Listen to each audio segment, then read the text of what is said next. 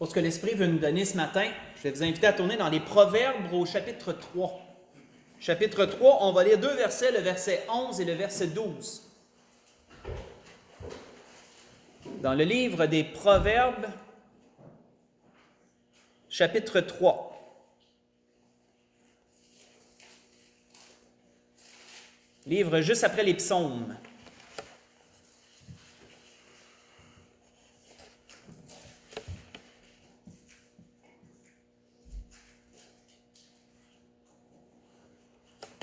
Donc, on voit que Salomon dit dans ce proverbe, verset 11 et verset 12 du chapitre 3, il dit « Mon fils, ne méprise pas la correction de l'Éternel, et ne t'effraie point de ses châtiments. Car l'Éternel châtie celui qu'il aime, comme un père l'enfant qu'il chérit. » Arrêtons là. Arrêtons-nous, frères et sœurs, sur la fin, comme un père l'enfant qu'il chérit. Nous voyons ici que Dieu se compare à un père corporel. Il se compare à un père corporel dans sa façon d'agir. Entre autres, sur le sujet de la correction, sur le sujet du châtiment. Quand notre père ici-bas décide de nous reprendre pour une raison ou pour une autre, parce qu'à ses yeux, nous avons fait quelque chose qui est répréhensible, autrement dit. Et Dieu se compare à un père en disant de ne pas s'effrayer de ses châtiments, mais surtout en disant qu'un père chérit son enfant. Selon le dictionnaire, le mot « chérir » veut dire de porter beaucoup d'attention à quelque chose. Quand tu chéris quelque chose, pour toi, c'est très précieux quand tu le chéris. Donc, un enfant que le père chérit, c'est un enfant pour qui le père est très précieux. Pour le père, cet enfant-là est très précieux. Il va prendre soin de son enfant. Un père prend soin de son enfant. Vous savez, ce qu'on entend souvent parler partout, c'est l'amour d'une mère. On entend souvent parler de l'amour d'une mère. On entend souvent parler comment une mère aime ses enfants. Tout ce qu'elle va faire pour ses enfants. L'amour d'une mère est une référence, en général, pour à peu près beaucoup de choses. On voit que, vu que c'est elle qui l'a porté, qu'elle a porté l'enfant dans son ventre, qu'elle a accouché cet enfant, on voit que la mère a un lien. Elle a un lien privilégié avec l'enfant. On peut dire qu'elle part avec une longueur d'avance sur l'homme. On pourrait dire sur ce point-là. On voit que la femme, à cause de sa nature émotive, souvent ses attentions, son amour va plus paraître. Ça va être plus éclatant, ça va être plus visible aux yeux des gens. Mais qu'en est-il de l'amour d'un père? Est-ce qu'un père aime moins son enfant pour autant? Est-ce qu'un père a moins d'amour qu'une mère pour ses enfants? Moi, je vous dirais que, malheureusement, on n'entend pas souvent parler de l'amour d'un père. Mais l'amour d'un père est aussi grand que l'amour d'une mère. Dans mes études, je suis tombé sur un proverbe japonais que vraiment j'ai trouvé très beau. Je vais vous le citer, je l'ai mentionné, je l'ai pris en note. Un proverbe japonais qui dit « L'amour d'un père est plus haut que la montagne et l'amour d'une mère est plus profond que l'océan. » Je trouvais ça vraiment très beau. Je répète, l'amour d'un père est plus haut que la montagne et l'amour d'une mère est plus profond que l'océan. L'amour d'un père est tout aussi grand pour ses enfants que l'amour d'une mère.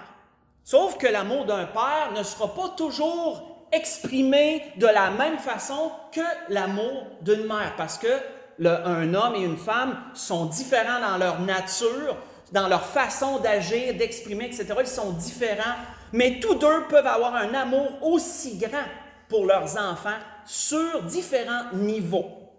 Et d'autres niveaux, bien sûr, qui se rejoignent, évidemment. Et l'Esprit veut nous conduire ce matin à explorer dans la parole à quel point l'amour d'un père est aussi manifesté dans la parole de Dieu. Tournons dans la Genèse chapitre 17, premièrement. On va explorer cela ce matin. Dieu veut parler de l'amour des pères ce matin, un amour qui est moins mentionné, qui est moins relevé que celui d'une mère, mais tout aussi grand. On commence dans la Genèse chapitre 17, à partir du verset 15.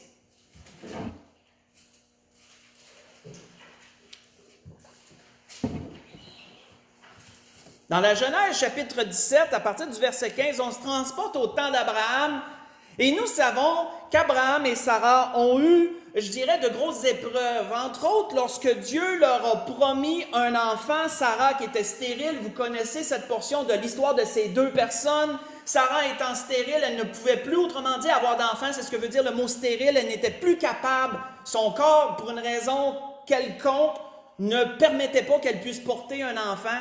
Et Dieu leur promet d'avoir un enfant. Et donc, Sarah, elle, dans son raisonnement, elle se dit, ben peut-être que c'est envers ma servante que ça va fonctionner. Donc, on sait qu'elle a offert sa servante Agar à son mari comme femme. Donc, son mari s'est retrouvé avec deux femmes. À cette époque-là, ça se faisait, ça se pratiquait à cette époque-là. Et donc, Agar enfante et elle a un fils du nom d'Ismaël. Et on sait que là, Sarah et Abraham pensaient que la promesse de Dieu s'était accomplie. Et on voit par exemple que Dieu reparle avec Abraham. Et voici ce que Dieu lui dit à partir du verset 15. Dieu dit à Abraham, tu ne donneras plus à Saraï, ta femme, le nom de Saraï. C'est vrai qu'avant de s'appeler Sarah, elle s'appelait Saraï. Saraï qui veut dire distinguer. C'est une parenthèse que je rouvre et que je referme. Saraï qui veut dire distinguer et Sarah veut dire princesse.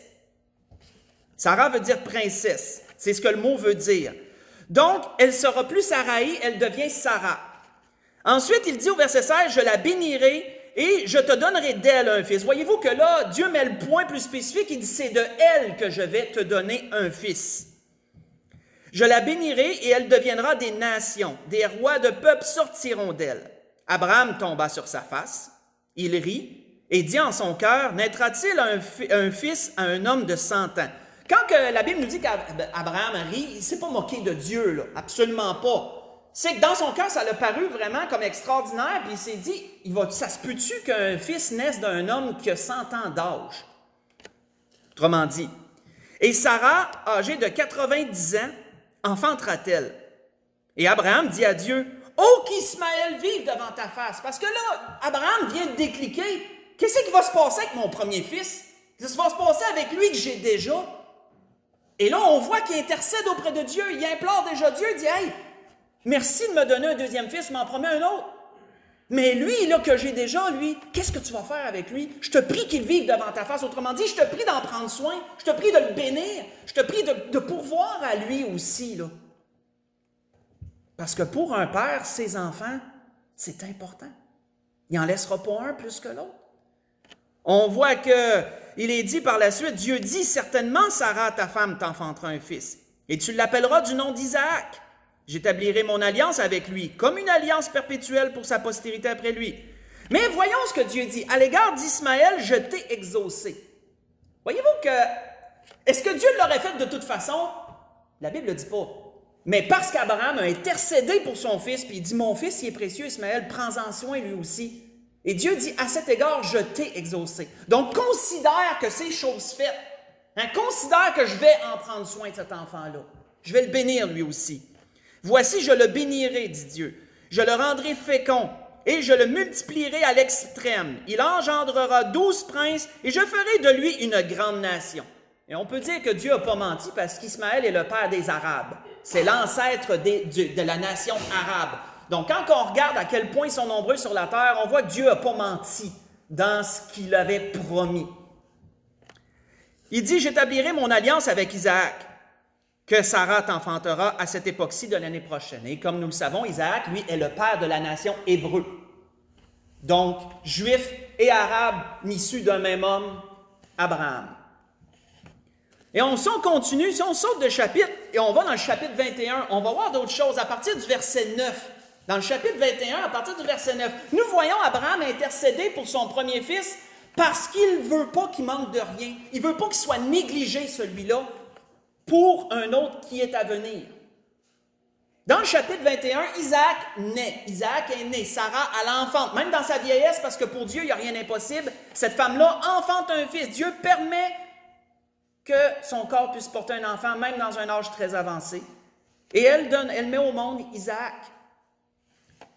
Mais on voit qu'entre les deux familles, ça ne fonctionne pas nécessairement bien, dans le sens que Agar, Ismaël, voit Sarah âgée, enceinte, et même qui accouche, On voit qu'il se moque un peu d'elle parce qu'Agar est jeune, c'est une jeune servante, son fils est déjà plus vieux de quelques années, et on voit qu'il se moque un peu de Sarah, ça ne fonctionne pas bien, là. La cohabitation ne va pas très bien. Et on voit que Sarah vit, au verset 9 du chapitre 21, Sarah vit rire le fils qu'Agar l'Égyptienne avait enfanté à Abraham. Et elle dit à Abraham, « Chasse cette servante et son fils, car le fils de cette servante n'héritera pas avec mon fils, avec Isaac. » Et notez le cœur d'un père après ça. Qu'est-ce qu'un cœur de père ressent dans ces conditions-là? Cette parole déplut fort aux yeux d'Abraham à cause de son fils. Voyez-vous qu'un père ne délaissera pas un enfant pour un autre. Pour un père, ses enfants sont tous importants. Et quand sa femme, sa première femme, Sarah, elle a dit ça, Abraham, ça y a poignardé le cœur. Ça y a fait vraiment de quoi dire, regarde, il faut que j'en chasse un, il faut que j'en enlève un pour garder juste un. On ne peut pas cohabiter tous ensemble puis que tout aille bien. Et là, on voit qu'Abraham jongle beaucoup avec ça. Mais Dieu tranche. Dieu tranche en bas. Et on voit que Dieu dit, mais Dieu dit à Abraham, que cela ne déplaise pas à tes yeux à cause de l'enfant de ta servante.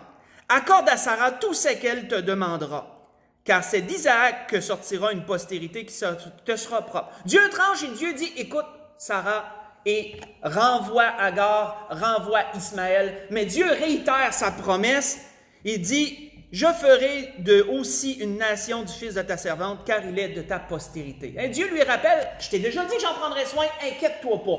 Tu peux le renvoyer, moi je vais m'occuper d'Ismaël. Moi je vais être un père, je vais m'occuper de lui. Toi, concentre-toi sur le fils que je t'avais promis, sur Isaac. Vous savez, il n'est pas pour rien qu'Abraham agissait comme ça, il n'est pas pour rien qu'il a intercédé comme ça. Parce que dans la nature profonde d'un père, son but, ça va être de s'occuper de ses enfants et ça va être de pourvoir à ce que ses enfants manquent de rien dans tous les sens. Et les efforts qu'un père est prêt à déployer pour que ses enfants manquent de rien sont parfois assez extraordinaires. C'est pas pour rien que notre Seigneur, faites juste écouter, lorsque notre Seigneur donnait des exemples afin d'enseigner, afin de compléter ses enseignements et d'éclairer ses enseignements pour ceux qui l'écoutaient, Dieu avait dit ceci, il avait dit, et moi je vous dis, demandez et l'on vous donnera. Cherchez et vous trouverez. Frappez et l'on vous ouvrira. Car quiconque demande reçoit. Celui qui cherche trouve et on ouvre à celui qui frappe. Donc, 3 choses que le Seigneur dit de faire. Il dit, demande, ose demander. N'aie pas peur de demander. N'aie pas peur de chercher. N'aie pas peur de frapper aux portes pour avoir quelque chose. Mais sur quoi le Seigneur se base? Il dit ensuite, quel est parmi vous le Père?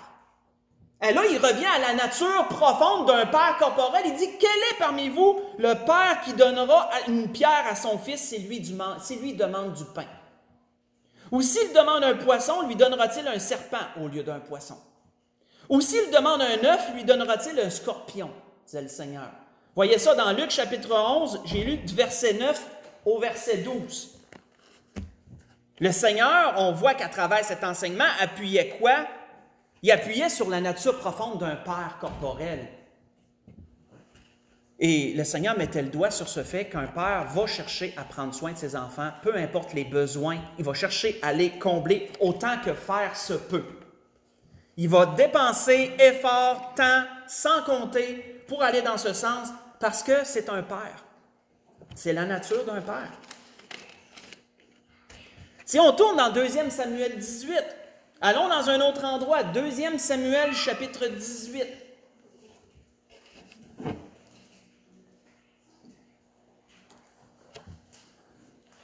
C'est un livre avant les Proverbes. On s'en va plus vers la Genèse dans ce livre-là. On va avant les Proverbes dans le livre, 2e livre de Samuel.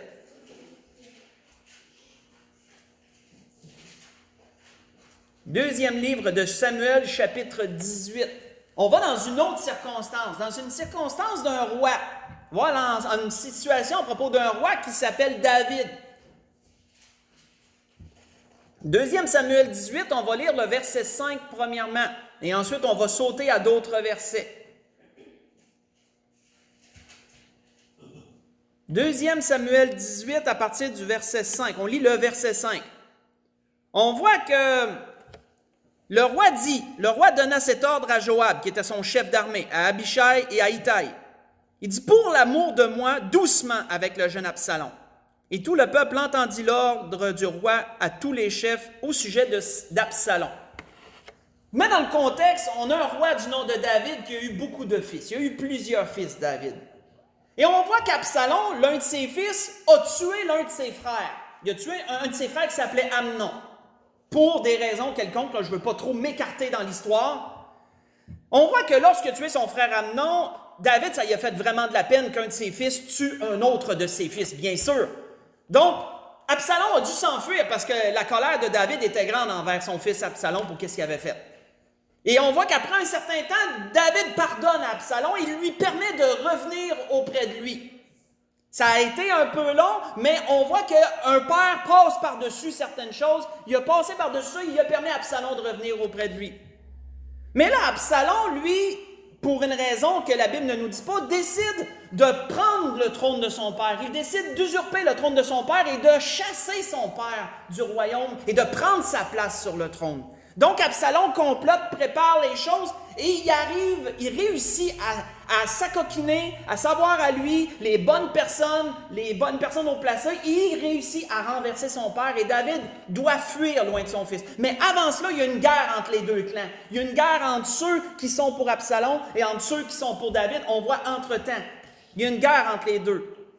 Et on voit que David dit à ses généraux, il dit « Doucement avec mon fils, doucement avec le jeune Absalom. Prenez-en soin. » Autrement dit, c'est mon fils, j'y tiens, prenez-en soin. Parce qu'il y a aussi dans la nature d'un père d'accepter puis de pardonner beaucoup de choses. C'est encore incroyable à quel point un père peut être capable de passer par-dessus des choses difficiles à ses yeux pour avoir ses enfants avec lui. Il est capable de pardonner beaucoup de choses, un père, et d'accepter beaucoup de choses, même si ça lui déplaît fortement. On voit qu'ici, David démontre cela. Et on voit qu'ensuite, suite à cette guerre qu'il y a eu entre ces deux clans-là, si on saute au verset 32, parce que là, il y a la guerre, mais ensuite, il y a les nouvelles qui arrivent de cette guerre-là. Et quel a été le résultat de cette guerre-là? Au verset 32 du même chapitre, chapitre 18, mais le verset 32 et 33. On voit qu'il est dit, le roi dit à Cushi, le jeune Absalom est-il en bonne santé? Parce que là, il y a un serviteur qui vient et il dit, la guerre est terminée. Et là, David, c'est tout de suite pour son fils qui pense, il dit à Absalom, il dit, es-tu correct, là? Es-tu en bonne santé? Qu'il soit comme, et là, on voit que le serviteur répond, qu'il soit comme ce jeune homme, les ennemis du roi mon Seigneur, et tous ceux qui s'élèvent contre toi pour te faire du mal. Autrement dit, à travers ça, on peut comprendre que Absalom est mort. Il est mort. C'est genre, il a été tué. Alors, le roi, saisi d'émotion, monta dans la chambre au-dessus de la porte et pleura. Il disait en marchant, « Mon fils Absalom, mon fils Absalom, que ne suis-je mort à ta place, Absalom, mon fils, mon fils. » On voit que David est effondré que son fils soit mort. Par la suite, si on continue dans le chapitre 19, verset 1, on vint dire à Joab, « Voici le roi pleure et se lamente à cause d'Absalom. » Et la victoire ce jour-là fut changée en deuil pour le peuple. Car en ce jour, le peuple entendait dire, le roi est affligé à cause de son fils. Hey, tout un peuple s'était battu pour ce roi-là. Pour eux autres, c'est une victoire. On a réussi à rétablir notre roi sur le trône, mais le roi, il n'est pas content, lui. Le roi, il pleure. Lui. Fait que le peuple est tout abattu de tout ça. Il dit, tu sais, dans le fond, c'est supposé de la joie, mais c'est rendu de la peine parce que notre roi, il n'est pas content partout. Il pleure, il est en deuil à cause de son fils qui est mort dans cette guerre-là. Et le roi s'était couvert le visage et il criait à haute voix, « Mon fils Absalom, mon fils Absalom. » Et Joab entra dans la chambre où était le roi et dit, « Tu couvres aujourd'hui de confusion la face de tous tes serviteurs, qui ont aujourd'hui sauvé ta vie, celle de tes fils et celle de tes filles, et celle de tes femmes et de tes concubines. Tu aimes ceux qui te haïssent et tu haïs ceux qui t'aiment. Car tu montres aujourd'hui qu'il n'y a pour toi ni chef ni serviteur. Et je vois maintenant que si Absalom vivait, et que nous soyons tous morts en ce jour, cela serait agréable à tes yeux. » Hey, pour ce chef d'armée-là, il dit, ton fils est tellement important pour toi qu'il aurait valu la mort de toutes nous autres. S'il aurait été encore en vie, tu aurais été plus heureux à cause de ça que la mort de tous ceux qui ont donné leur vie pour toi au combat, puis que ceux qui sont encore vivants. On voit qu'à travers cela, qu'est-ce que ça nous démontrait? ça nous démontre à quel point un père peut aimer son fils, à quel point un père peut vouloir passer par-dessus des choses pour son fils. Et David était prêt à passer même par-dessus cette révolte de la part d'Absalom, même ça, même tout le trouble que ça l'avait causé, qu'il a dû s'exiler. Qu'est-ce que Salomon a fait d'odieux avec les concubines de David? Tout ça, David était prêt à passer par-dessus tout ça pour avoir son fils avec lui. C'est quelque chose. Et ça nous ramène, frères et sœurs, un peu à une parabole. Faites juste écouter, je ne la lirai pas toute, mais une parabole que notre Seigneur avait mentionnée à propos d'un fils perdu. Vous la connaissez, celle-là. Et elle démontre ce même fait, cette parabole-là. Cette parabole-là démontre qu'un jour, un jeune homme a décidé, selon ce que le Seigneur comptait, il a décidé de demander à son père tout son héritage. Avant même que son père meure, il a dit à son père, « Donne-moi toute ma part qui me revient. » Et la Bible nous dit qu'il a décidé de partir à l'aventure. Et il a dépensé toute sa fortune, tout son héritage avec des prostituées, sûrement en jouant des jeux d'hasard. C'est pas, en tout cas, disons qu'il a mal dépensé tous ses biens que la Bible nous raconte. Puis qu'à un moment donné, il s'est retrouvé sans le sou. Et que là, étant sans le sou, il a commencé à prendre des job-ins vraiment basses, là, vraiment dégradantes, on pourrait dire, pour réussir à avoir de l'argent. Et à un moment donné, il est rentré dans lui-même et il s'est dit que j'étais bien chez mes parents. Ça, les enfants réalisent pas mal ça un jour. Ils ont hâte de partir de la maison, mais une fois qu'ils sont partis, ils disent « Ah, j'étais bien en fin de compte chez papa et maman. » Mais lui aussi, ce jeune homme-là aussi, c'était pareil. Et là, la Bible nous dit qu'il a réalisé, il est rentré dans lui-même et il a dit que j'étais bien chez mes parents. Et il dit, regarde, je vais retourner chez mon père. Puis il s'était déjà préparé à dire, regarde, papa, tu me traiteras comme l'un de tes serviteurs, je ne mérite même pas d'être ton fils. Puis quand il est arrivé, qu'est-ce que l'amour d'un père a fait? La Bible nous dit que le père, il l'a reçu à bras ouverts, il l'a serré dans ses bras, il l'a embrassé, il a vu que ses vêtements étaient tout crottés, puis tout, il a dit à ses serviteurs, allez me chercher des beaux vêtements, puis changez-les tout de suite pour qu'ils soient plus présentables, pour qu'ils soient vraiment habillés convenablement. Puis l'autre frère qui était resté à la maison n'était pas content de tout ça. La parabole nous dit tout ça. Hein? L'autre frère qui était resté à la maison n'était pas content pantoute de ça. Puis il a dit, pourquoi tu traites ton fils comme ça? Il dit, il a tout dépensé tes biens, tu sais, il n'a pas été correct. Mais qu'est-ce que le père a dit? Il dit, il était mort puis il est revenu à la vie. Et autrement dit, là, pourquoi qu'un père est prêt tellement à accepter de choses? Pourquoi qu'un père est prêt tellement à passer par-dessus de choses, à pardonner des choses? C'est parce que pour un père, ce qui est important, c'est que le fils comprenne quelque chose. Le fils ou la fille. Quand que nos enfants font des erreurs, mais qu'on voit qu'ils ont compris quelque chose, comment qu'on est prêt à avoir le cœur ouvert hein, en tant que père pour eux autres? Ils ont compris quelque chose, on passe par-dessus tout ça, viens-t'en auprès de moi maintenant, continue maintenant. C'est la nature d'un père. Un père va être capable de pardonner et d'accepter énormément de choses. Si on recule dans 2 Samuel 12, on était dans 2 Samuel 18, si on recule dans 2 Samuel 12, à partir du verset 15, voyons d'autres choses. 2 Samuel 12, à partir du verset 15. Pendant que vous y tournez, je vais juste vous lire un court psaume que ce que David avait fait mention à propos de ce point d'un père, comment il est prêt à pardonner, comment qu'un cœur de père est. Et juste dans un psaume, David avait dit ceci. David avait dit, comme un père a compassion de ses enfants, l'Éternel a compassion de ceux qui le craignent. Vous voyez ça dans le psaume 103, verset 13. Comme un père a compassion de ses enfants.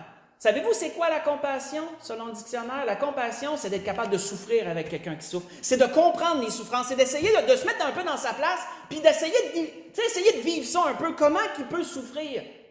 Mais si un enfant a de la peine, si un enfant souffre, un cœur de père va avoir compassion pour lui. Il va essayer de se mettre un peu à sa place et de dire, regarde, moi aussi, ça me ferait de quoi là, si je vivrais ça. Il y a compassion. Comme un père a compassion de ses enfants, Dieu a compassion également. De la même manière, disait David dans le psaume. Si on va maintenant dans 2 Samuel 12, où on a tourné, 2 Samuel 12, on va lire à partir du verset 15. Parce que là, je vous mets encore dans le contexte, un peu avant cette guerre-là avec Absalom, David, il avait fait une grosse erreur. Une grosse erreur, on le sait, il avait couché avec la femme d'un autre, puis même été jusqu'à envoyer cet autre homme-là à la guerre pour qu'il meure, pour avoir sa femme, pour lui s'approprier sa femme et en faire sa femme à lui. On sait que Dieu, ça lui a fortement déplu. Parce que de cette union adultère, il y a eu un enfant. Il y a un enfant qui est né de ça. Et qu'est-ce qu'il nous est dit à partir du verset 15? Parce que là, Dieu a envoyé son prophète pour avertir le roi David de qu'est-ce qu'il avait fait. Non, moi, je n'approuve pas ça. Mais à partir du verset 15, il nous est dit, 2 Samuel 12, « Et Nathan s'en alla dans sa maison. Et l'Éternel frappa l'enfant que la femme d'Uri avait enfanté à David, et il fut dangereusement malade. » Ça nous dit, là, dangereusement malade, ça veut dire malade proche de mourir. Ça veut dire vraiment malade, là. Pas juste une petite grippe, là, vraiment malade. David pria Dieu pour l'enfant et jeûna. Et quand il entra, il passa la nuit couché par terre. Qu'est-ce qu'un père ne ferait pas lorsqu'un de ses enfants est malade? Hein? En tant que père, là, quelle est la pire chose pour un père? C'est d'être impuissant devant une situation. Moi, c'est ce que j'ai remarqué. Un père qui est impuissant, c'est un peu comme un lion en cage. Il va gronder, il va rugir, il va fresser ses barreaux, mais il ne peut rien faire, puis c'est donc dur à gérer de pouvoir rien faire quand tu es un père. Parce que c'est dans notre nature profonde de trouver des solutions, d'arranger les choses. On est comme ça en tant qu'homme, on est comme ça en tant que père aussi. Mais quand c'est hors de ton contrôle, que c'est donc dur à gérer, quand c'est hors de ton contrôle. Et on voit que David, quand il savait que c'était Dieu qui frappait l'enfant de maladie, il savait que Dieu réagissait de cette façon-là à ce que David avait fait. Et David, il a vraiment tout fait, là. Il a prié, il a jeûné. Il ne voulait même pas coucher dans son lit. Il allait se coucher, il se couchait direct à terre sur le plancher. Et les anciens de sa maison insistèrent auprès de lui pour le faire lever de terre, mais il ne voulut point et il ne mangea rien avec eux. Le 7e jour, l'enfant mourut, la Bible nous dit. Les serviteurs de David craignaient de lui annoncer que l'enfant était mort, car ils disaient, « Voici, lorsque l'enfant vivait encore, nous lui avons parlé, et il ne nous a pas écoutés. Comment oserions-nous lui dire, l'enfant est mort? Il l'affligerait bien davantage. » Et David aperçut que ses serviteurs parlaient tout bas entre eux, et il comprit que l'enfant était mort. Et il dit à ses serviteurs, « L'enfant est-il mort? » Et ils répondirent, « Il est mort. » Alors David se leva de terre, il se lava, soignit, il changea de vêtements, puis il alla dans la maison de l'Éternel et se prosterna. De retour chez lui, il demanda qu'on lui serve à manger, et il mangea. Ses serviteurs lui dirent, « Que signifie ce que tu fais? Tandis que l'enfant vivait, tu jeûnais et tu pleurais, et maintenant que l'enfant est mort, tu te lèves et tu manges. » Parce que normalement, c'était l'inverse qu'il faisait dans ce temps-là. Normalement, c'était l'inverse. Normalement, il allait jeûner, après que l'enfant est mort, là, il allait jeûner, il allait pleurer, il allait être en deuil, mais pas pendant qu'il était encore vivant. On voit que, qu'est-ce que David a répondu? Il répondit, « Lorsque l'enfant vivait encore, je jeûnais et je pleurais, car je disais, qui sait si l'Éternel n'aura pas pitié de moi et si l'enfant ne vivra pas? » Hein, qu'est-ce qu'un père est prêt à faire pour son enfant? L'intercession auprès de Dieu que David a dû faire a dû être assez profonde et grande. Il dit maintenant qu'il est mort, pourquoi jeûnais-je? Puis-je le faire revenir? J'irai vers lui, mais il ne reviendra pas vers moi. Et autrement dit, moi je vais mourir un jour, puis je vais retrouver mon enfant, mais mon enfant il ne reviendra pas d'entre les morts me retrouver. Et en d'autres mots, c'est ce que David voulait dire. Pas pour rien, frères et sœurs, que dans le Nouveau Testament, il nous est mentionné un jour un homme, je vais juste vous le lire, c'est pas bien long, démontrant toujours ce fait, qu'est-ce qu'un père peut ressentir lorsque son enfant est malade? La Bible nous dit qu'un jour, un homme est allé voir le Seigneur. Voici, il vint un homme nommé Jairus, chef de la synagogue. Il se jeta à ses pieds, le supplia d'entrer dans sa maison parce qu'il avait une fille unique d'environ 12 ans qui se mourait. Pendant que Jésus y allait, il était pressé par la foule. J'ai lu dans Luc chapitre 8, versets 40 à 42. Et juste pour dire quoi, vous savez qu'un homme, c'est fier. Hein? Un homme, c'est fier. Mais quand ton enfant est malade, puis quand tu veux tellement tout faire pour le guérir, on voit que cet homme-là, qu'est-ce qu'il a fait? Il n'a pas été fièrement devant Jésus, tu sais, droit, fier, puis il s'est jeté aux pieds du Seigneur. Hein? Il s'est vraiment là humilié devant le Seigneur, puis supplié, dire « Seigneur, viens chez nous, je le sais que tu peux guérir ma fille, toi. Ma fille est bien malade, elle se meurt, je sais que tu peux la guérir. » Tu sais, un père il est prêt à piler sur son orgueil, son amour-propre, il est prêt même à s'abaisser, à s'humilier. Si ça peut faire quelque chose, un homme est prêt à beaucoup pour ses enfants. Même si c'est pour s'abaisser lui-même, il est prêt à le faire s'il faut. Un homme, ça va faire ce qu'il faut. Un père va faire ce qu'il faut. Et si un enfant vient qu'à mourir, ben, faut pas penser qu'un père va être moins, moins touché ou que ça va lui faire moins de peine qu'une mère. Non. Un père va être aussi dévasté qu'une mère s'il fallait qu'une telle chose arrive. C'est ce que la Bible nous apprend, si vous voulez le lire pendant la semaine, dans la Genèse 37. On voit que lorsque Jacob a appris la supposée mort de son fils Joseph, la Bible nous dit qu'il était dévasté. Il était dévasté totalement, puis il s'en est pas remis de cette mort-là. Bien, que lui pensait, on connaît l'histoire, pensait qu'il était mort. Il s'en est pas remis. Pas pour rien que plus tard, lorsque ses fils sont allés en Égypte, puis que l'homme qui était Joseph lui a demandé de lui laisser, de laisser Benjamin, hein, puis après ça, allez chercher votre père, ramenez-le-moi, puis il a laissé Benjamin ici. Pas pour rien que Judas, il a dit, non, regarde-moi à sa place, là, parce que si on te laisse Benjamin, notre père ne survivra pas à ça. On en dit, il en a perdu un, s'il perd le deuxième aussi, là, oublie ça, là, il ne vivra pas, il ne survivra pas à ça. Là. Et c'est pas pour rien. Et c'est pas pour rien que quand on lit dans les Juges, si vous voulez encore lire pendant la semaine, dans Juge 11, il nous est parlé d'un homme du nom de Jephthé qui a fait un vœu à Dieu, hein, puis qu'il dit, je vais te sacrifier la première personne qui sort de chez nous, puis ça donne que c'est sa fille quand il a gagné le combat. Et la Bible nous dit qu'il a déchiré son vêtement puis qu'il a pleuré énormément. Et il est obligé de perdre sa fille à cause de son vœu. Et il était complètement dévasté. Oui, un cœur de père, c'est tendre, mais il ne faut pas se fier aux apparences. Un père va être moins démonstratif. En tant qu'homme, on est moins démonstratif, mais tout aussi profond, tout aussi tendre aussi.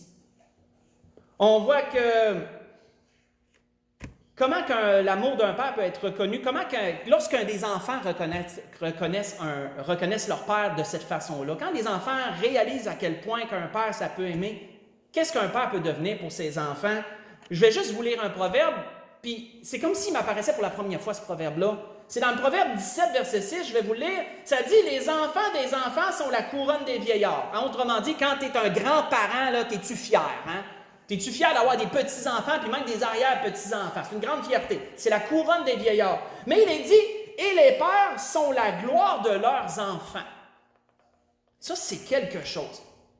Donc, les arrière-petits-enfants, c'est une couronne pour les vieillards. Mais il est dit, et les pères sont la gloire de leurs enfants. Savez-vous ce que ça veut dire la gloire? Selon le dictionnaire, la gloire, c'est une renommée brillante. C'est un éclat que les vertus, les mérites, les grandes qualités, les grandes actions, les grandes œuvres attirent à quelqu'un. Hein, quand quelqu'un a la gloire, c'est parce qu'il a fait des choses extraordinaires aux yeux de quelqu'un d'autre, puis on l'élève, là. On l'élève vraiment, cette personne-là, elle est dans la gloire. Un père peut devenir la gloire de ses enfants. Et moi, ça m'a fait penser à une chanteuse, un vieux chant, Linda Lemay qui a chanté le plus fort, c'est mon père. Ça veut dire ça, en gros. Hein? Quand les enfants reconnaissent à quel point leur père, tout ce qui a été pour eux, un père peut devenir la gloire de ses enfants. Pour un enfant, le père peut vraiment prendre un piédestal et dire « Wow, mon père, c'est le plus fort. Hein? Mon père, tellement fait pour moi, mon père. » Salomon avait raison de dire ça. Hein? Les pères sont la gloire de leurs enfants. Mais on va conclure. Il ne faut pas oublier quelque chose dans cette conclusion. Conclure dans 1er Jean. On s'en va dans le Nouveau Testament. 1er Jean, chapitre 3, on va conclure là-dessus. Dieu a voulu parler ce matin d'un amour qui n'est pas assez souvent relevé, l'amour d'un père, qui n'est pas assez souvent relevé. Parce qu'on s'attarde beaucoup sur l'amour d'une mère et moins sur l'amour des pères. Mais l'amour des pères est tout aussi grand. Dans bien des sens. Mais Jean, lui, il nous redirige dans cet amour-là, il redirige, et c'est important, c'est même plus important que tout. Il redirige dans 1 Jean 3, verset 1, et il le dit directement au début en disant « Voyez quel amour le Père, pas les pères corporels, le Père éternel, le Dieu, là, celui qui est au-dessus de tout, qui a tout créé. Il dit, voyez quel amour le Père nous a témoigné pour que nous soyons appelés enfants de Dieu. Et nous le sommes, est-il dit. Si le monde ne nous a pas connus, c'est qu'il ne l'a pas connu. Hey, Jean nous redirige sur le fait que si les pères corporels agissent comme ça, c'est parce qu'ils ont été créés à l'image et à la ressemblance du Père éternel.